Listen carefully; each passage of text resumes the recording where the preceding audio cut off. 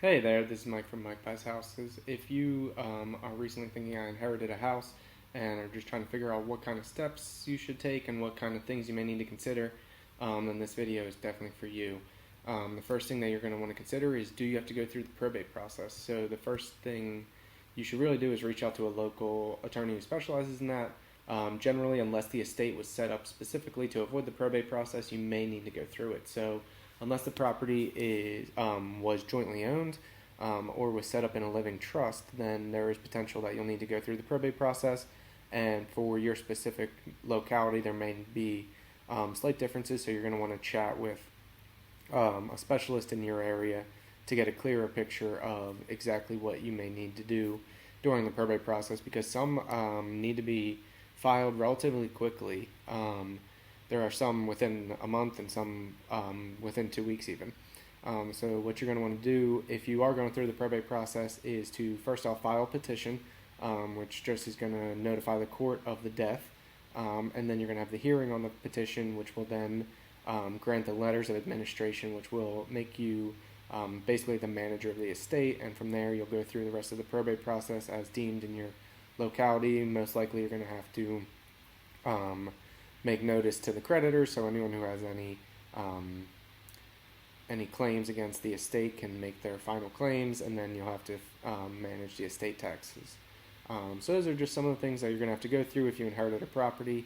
And then if you did inherit a property, what other options do you have with it is one of the big questions that we often get.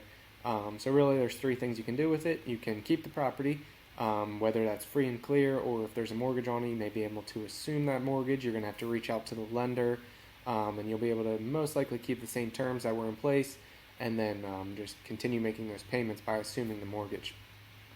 You're able to become a landlord and rent it out. So this is a pretty common thing that we see, and especially if the property doesn't need too much work, you can get it ready for a tenant for less than a couple $1,000s, and then you'll be able to start making that monthly cash flow. Of course, as a landlord, you'll have to deal with what's known as the 3 T's: tenants, trash, and toilets. Always loads of fun, so I'm sure good luck with your adventure. But if that's not something that you're interested in, you could also try the Airbnb method, which basically you're able to rent the property out, whether that's in a vacation area or short-term rentals to traveling professionals, depending on the situation. There are different models to rent it out as an Airbnb. And if that is, either of those are interesting to you because you can make that monthly cash flow, that's definitely one of the benefits of renting it out. Lastly, you can sell the property, and there's really 3 ways you can do that. You can sell it for sale by owner, which is going to require a little bit more work out of you, and going to maybe limit the amount of buyers who see the property, but will save you a lot on commissions, sometimes up to 6%. You can sell with a realtor, and you're going to do this most of the time. I would say that's the way it's done. You're going to get a big exposure. A lot of people are going to be able to see the property because it's going to be listed on the MLS, but you are going to have to pay the commissions, but it's going to be very hands-off, so that's one of the advantages. If you are interested, you're also able to sell a property a third way, and that's to someone like me at Mike Buys Houses. It's like basically hitting the easy button. You don't have to do any work. You don't have to worry about any commissions or fees or anything like that, and you're able to sell the property super simply. We buy houses one of 2 ways: cash or terms.